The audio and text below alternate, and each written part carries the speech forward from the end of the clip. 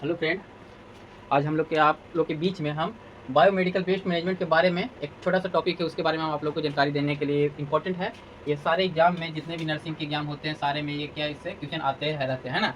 Every nursing hospital में, जहाँ भी नर्सिंग हॉस्पिटल हो, जहाँ भी हेल्थ सेक्टर में कहीं भी अगर ये हॉस्पिटल है या क्लिनिकल है तो वहाँ red bag, yellow bag, black bag और ब्लू कंटेनर, वाइट कंटेनर की बायोमेडिकल वेस्ट का मैनेजमेंट किया जाता है। ये बहुत ही इंपॉर्टेंट चैप्टर है, छोटा सा चैप्टर है। इसके बारे में हम लोग आज जानकारी लेंगे। रेड बैग क्या है? तो रेड बैग वैसे बैग में वो है जो प्लास्टिक वेस्ट उसमें क्या था डिस्कार्ड किया जा सकता है। तो प्लास्टिक वेस्ट में ग्लव्स आते हैं, यूरिन बैग आते हैं, कैथेटर आते हैं, तो ये सब क्या किस में आते हैं? रेड बैग में आते हैं। अब एक है first number red bag, second number में येलो बैग। तो येलो बैग जो है इन्फेक्टेड वेस्ट होता है, ह्यूमन एनाटॉमिकल वेस्ट होते हैं और साइटोटैक्टिक्स मेडिसिन होते हैं, जितने भी मतलब कि कहते एक्सपायर हो गया है कि 7 दिसंबर देखे होंगे, 7 दिसंबर 2002 तक लाइन खाने का, सॉरी 2025 तक लाइन खाने का। अब क्या हो रहा है हम लोग के टाइम 26 हो गया और आज डेट कितना हो गया? आज डेट हम लोग का 25 मार्च हो गया है ना। तो ये क्या अगर इस चीज़ से देखा जाए तो हमारा जो ये है मेडिसिन है क्या हो गया,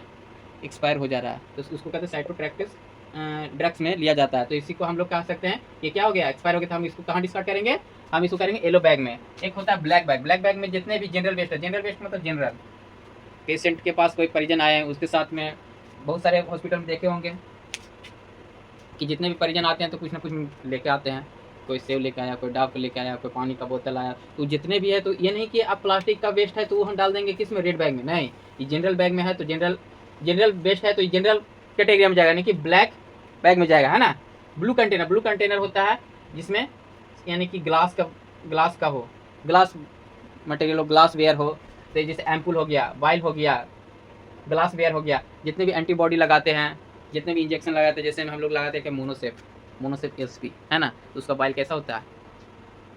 उसका जो वाइल होता है वो शीशे का होता है। तो उस वाइल को हम लोग कहाँ डिस्कार्ड करेंगे? तो ब्लू बैग में करेंगे, यानी ब्लू कंटेनर में करेंगे, है ना। अब एक पढ़ते लास्ट है व्हाइट बॉक्स। व्हाइट बॉक्स है जो शार्प ऑब्जेक्ट की धार नोकीला धार, है ना। इसमें आता है नीडल, आता है नीडल हो गया। जितने भी शार्प ऑब्जेक्ट होते हैं जैसे सर्जिकल ब्लेड हो गया है ना। सर्जिकल में जो ब्लेड होते हैं 11 नंबर का, बहुत सारे ब्लेड होते हैं, 11 नंबर का ब्लेड, 12 नंबर का। इससे भी एक क्वेश्चन आते रहते हैं एग्जाम में। तो नेक्स्ट टाइम हो सकता है कि आप लोग को ब्लेड के ऊपर ही हम छोटा सा एक टॉपिक लेकर आएँ आप लोग समझ में समझाने के लिए। तो इसमें हम लोग पढ़ेंगे व्हाइट बॉक्स में पढ़ेंगे कि शार्प ऑब्जेक्ट जैसे नीडल। तो बहुत सारे देखते हो कि रीकैपिंग करते हैं, जैसे ये देख रहे हैं रीकैपिंग, है ना। तो रीकैपिंग करने का मतलब कि इंजेक्शन साइड पे लगाया, पेशेंट को साइड जो भी साइड IM IV जो भी साइड डॉक्टर ने डिस्क्राइब किया तो उस साइड पे लगाया, और फिर उसको देने के बाद क्या करता है, देने के बाद उसको क्या करता है, रीकैपिंग करता है। तो रीकैपिंग के बाद क्या होता है कि इंजरी हो जाता है, चुभ जाता है ना। तो इससे बचने के लिए हम लोग क्या करते हैं, और कभी भी रीकैपिंग नहीं करना चाहिए। अगर किसी को इन्फ्लेट कर दी मेडिसिन, किसी को लगा दिए, सुई लगा लगाने के बावजूद अगर हम उसको रीकैपिंग करते हैं तो क्या होता है, सावधानी हटी तो दुर्घटना घटे। तो हम लोग को नहीं करना चाहिए, उसको किस में डिस्कार्ड कर देना चाहिए? व्हाइट बॉक्स में कर देना चाहिए, है ना। तो चलिए, आज हमारा छोटा सा टॉपिक था बायोमेडिकल वेस्ट के मैनेजमेंट पे।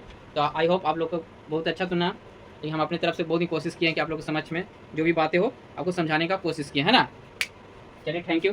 फिर मिलते हैं एक नए वीडियो की ओर जो आपको समझ में लाएंगे, है ना। धन्यवाद।